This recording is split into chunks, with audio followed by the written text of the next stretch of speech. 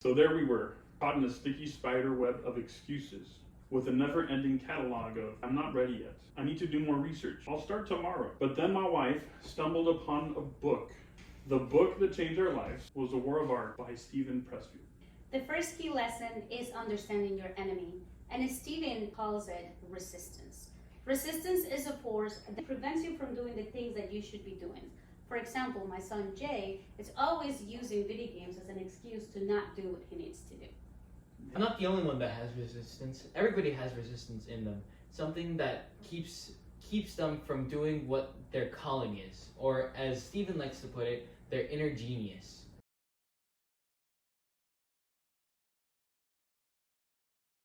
Like, for example, Mom, your resistance is not taking the time to actually invest. You keep on wanting to gain more knowledge. You don't ever want to actually do it.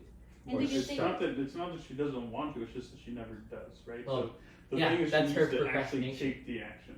You need to actually start it and Correct. not just think about it. it is part of the procrastination, but what do you guys think? Like Stephen says, it is the fear that's preventing me from doing that.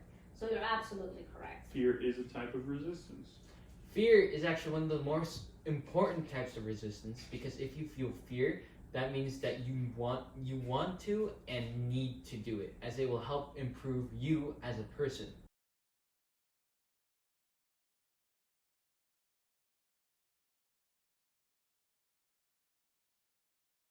It's not only fear that resistance hides it as, it also rationalizes it. For example, oh, my wife's having kids. Oh, my mom's in surgery. And they could very well be true, but there have been many people that have done stuff even with all those odds stacked against them. The type of resistance that I get the most is procrastination, because I let myself get overcome by resistance, so I don't actually end up finishing my homework, doing my chores, or doing what I'm supposed to be doing. So I end up just either scrolling on my phone or doing stuff that gives me the immediate gratification instead of actually doing what I'm supposed to be doing. I can And if attest to her not doing chores. Yeah, because if I did everything I was supposed to, then my mom would be very much more happy with me. Resistance shows up whenever you're trying to do something that's going to enrich your or improve your life. The way to be successful is by changing your mindset. One cannot have an amateur's mindset, and by that we mean just doing it as a hobby. It's just for fun. If you think about things like that, you're just never going to get things done. What you need to do is have a professional mindset. Think about it as if it was your job, and that you have set times that you actually start to work on them. Because then you will actually get stuff done and you'll become a lot more successful. Only reason why you would be a professional is because you have a passion for the task or job. Professionals don't identify as the thing they're doing. They don't call themselves a painter. Yes, they paint, but they're not painters. They don't over-identify with the activity that they're doing. An example that Steven said was that Lady Gaga does not identify as Lady Gaga unless she's singing or on stage or doing something for her job.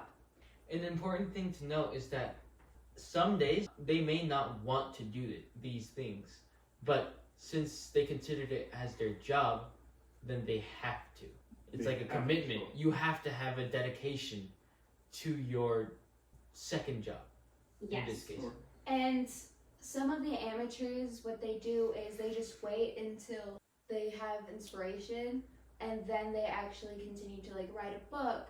But as they were saying, you actually have to put the time of day and schedule it out instead of just waiting until inspiration strikes. Steve also talks about the muse, and that when you are a professional and you actually dedicate the time and show up every day, that something happens when you do that, that the muse shows up and actually allows you to do work that an amateur wouldn't be able to do because they're not putting in the time. The muse only shows up to people that actually put in the effort and the work. Because he was also saying that everything that you do is not just made by you. There is always going to be that little voice in your head that's just telling you what to do. I myself, That's the I don't muse. hear a little voice, but You if other hear people big do, voice.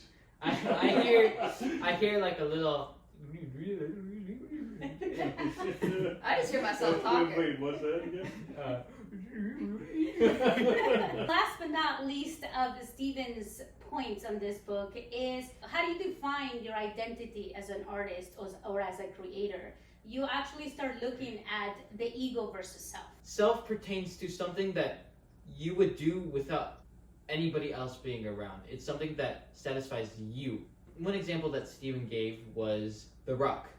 The Rock would go to the gym even if he was the last person on earth, just because it brings him joy and it's just part of his routine now. While there are some people that go to the gym just to hang out with friends. One of the important parts of the self category is that you speculate who you are inside, like very deep. You try to understand what makes you happy and what pushes you to do all these things that you want to do. So you're focused on internal goals, like you just want to improve the world, stuff like that.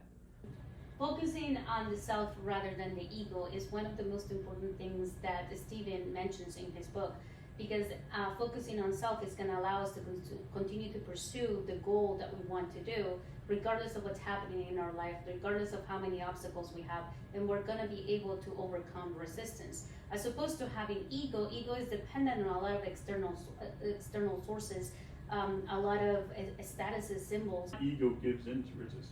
It doesn't like change. It wants to keep the status quo.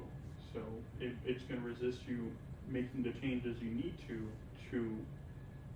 follow your dream, to do the thing that'll make you grow. Because all of the goals that you have, if you're using the ego, is goals dependent upon other people. Ooh, I need to have a car, I need to have that much money, I need to have that many friends. As opposed to the self, that all of the goals that they have is based on who you want to be, what do you want to give to other people, what value do you bring to others.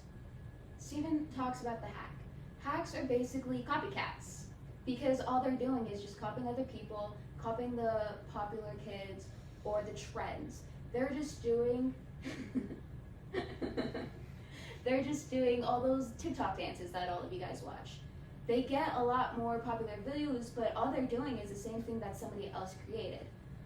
And the moment that something doesn't work, that's when resistance comes in and they stop doing it because it's not something that they are passionate about. Some of the ways that I'm going to use what I learned in this book is by having less resistance, by not procrastinating as much and actually getting my work done, and by being truthful to myself and never letting that go just because of peer pressure. I want to be able to actually do my creative juices and what I have always wanted to do and do what I fear. What I'm going to use this book for is to make sure that I'm always on task and that I don't procrastinate or not finish what I need to do for school, life, and just everywhere, including videos, just so you know. But it's also important because it'll help me keep the mindset of completing businesses, YouTube channels. It'll help you get into the mindset and make sure you actually work on those things that you need to work on. It will also let you know when you are procrastinating, because it gives many examples of how resistance will appear and take forms. I want to ensure that I work every day on not doubting myself and my capabilities. I know that starting a YouTube channel and not really knowing how to do a lot of things is difficult, but I am very confident that we all can learn how to do this better and better every day. That's how I'm going to be using this book, is to ensure that it continuously reminds me that it doesn't matter how good it is, it's all about showing up. The way I'm going to use this book is mainly to identify resistance in my life, right? As Joaquin said, or should I call you Jay? As Jay said, okay, as doesn't matter, say. I personally want Isabel, so it sounds more professional. So as Joaquin said, the book has a lot of examples, but I think that just by taking those examples and analyzing what Steve is trying to say, you can look at the activities that you're doing in your life and identify the activities that are actually resistance and eliminate them as much as possible. So I think that's what I'm going to try and take out of this book to start with. And I think this is a good book to come back to over and over again, because eventually resistance might win and you may need to get another kick in the butt.